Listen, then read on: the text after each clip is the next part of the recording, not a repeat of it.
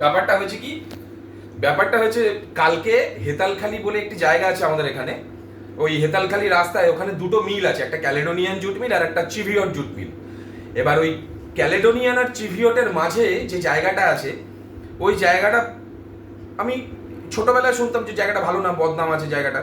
কিন্তু কালকে যে ঘটনাটা হলো সেই ঘটনাটার পর থেকে আমি আর মানে রীতিমতন শকড, এবং আমি ভেবেছি যে ওই রাস্তা দিয়ে রাত্রির বেলা আর কোনোদিন যাতায়াত করবো না। ঘটনাটা কিরকম, বজবজ থেকে কালকে আমি একটা পিজা ডেলিভারি ছিল আমার, আমি একটা পিজা ডেলিভারি দিয়ে ফিরছি।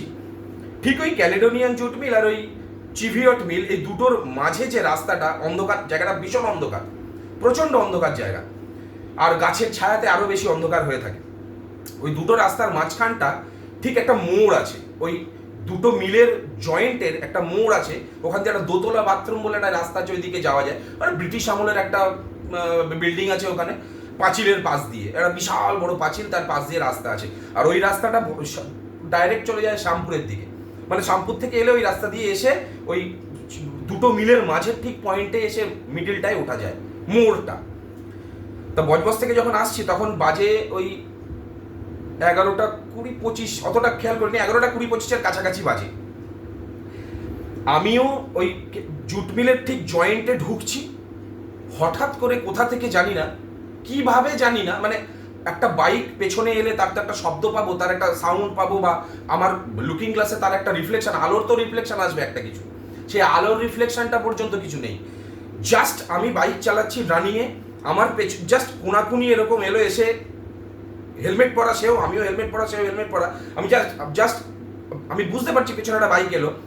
দাদা লুঙ্গি শ্মশানটা কোন দিকে, গলার স্বরটা এত ভারী, আমি আমি তাকাবো, আমি রানিংয়ে তো অন্ধকার, তাকাবো পেছন দিকে, তাকাই, হ্যাঁ হ্যাঁ সামনের দিকে, সামনে সোজা বলে আমি ও রেস বাড়াবে না আমি রেস বাড়াবো, সেই দ্বন্দ্বটায় আমি ওর গাড়ির মুভমেন্টটাকে জাজ করতে গেলাম। জাজ করতে যাবার ঘুরেছি, জাস্ট এরকম ঘুরে দেখছি নেই।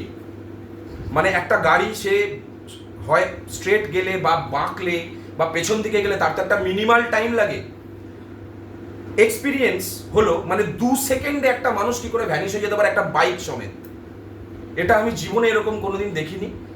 আর মানে বলতে আমার গায়ে কাটা দিচ্ছে বলতে গিয়ে এখন রীতিমতন, যে আমি এরকমভাবে কোনোদিন এত রাতে ওই রাস্তা দিয়ে প্রথম কথা আমি কোনোদিন আসিনি। 8টা 8:30 নাগাদ এসেছি, ঠিক আছে, লোকজন ভর্তি থাকে, কিন্তু কালকে রাস্তাটা যেন অত্যাধিক শুনশান ছিল, এবং অত্যাধিক মানে অত্যাধিক, মানে একটা কুকুর বেড়াল পর্যন্ত নেই রাস্তায়। আর ওই রাস্তাটা এমনিও খুব একটা, মানে আমি শুনেছি খুব একটা ভালো নয় জায়গাটা, কিন্তু এরকম যে হবে এরকম ব্যাপারটা আমি আশা করিনি। আর দ্বিতীয় কথা হচ্ছে, শ্মশানের কথা আমাকে জিজ্ঞাসা করেছে, হয়তো সেটা সে হয়তো সেখানে যেতই বা কিছু, সেটা আমি নিজেও জানি না। কিন্তু আমার বলার উদ্দেশ্য হচ্ছে, একটা মানুষ অন রান কি করে 2 সেকেন্ডের মধ্যে ভ্যানিশ হয়ে যেতে পারে।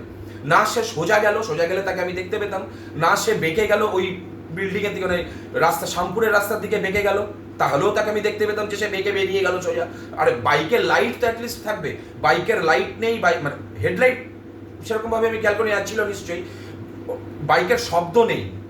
এবং আমি যে মানুষটাকে দেখবো, জাজ করবো, দেখাটা তো দুরকমের, মানে মনোযোগ দিয়ে দেখা আর এটা জাস্ট দেখা, আমি জাস্ট দেখা একটা লোক পেছনে এসছে, আমি বলে দিলাম, বেরিয়ে গেল। কিন্তু মানুষ আমি সেরকম দেখতেও পাইনি লোকটাকে। এবং গেল যে কিভাবে যে ও ভ্যানিশ হয়ে গেল, এই ব্যাপারটা আমি ঠিক বুঝতে পারলাম না। মানে এটা আমার জীবনের এই নিয়ে 3rd টাইম আমার একটা মানে এরকম অভিজ্ঞতা হলো। কিন্তু যেটা হলো একেবারে এত কাছ থেকে, এবং এত ব্যাপারটা ভয়ঙ্কর, আমি বাড়িতে এসে মানে রীতিমতন হাত পা কাঁপছিল আমার।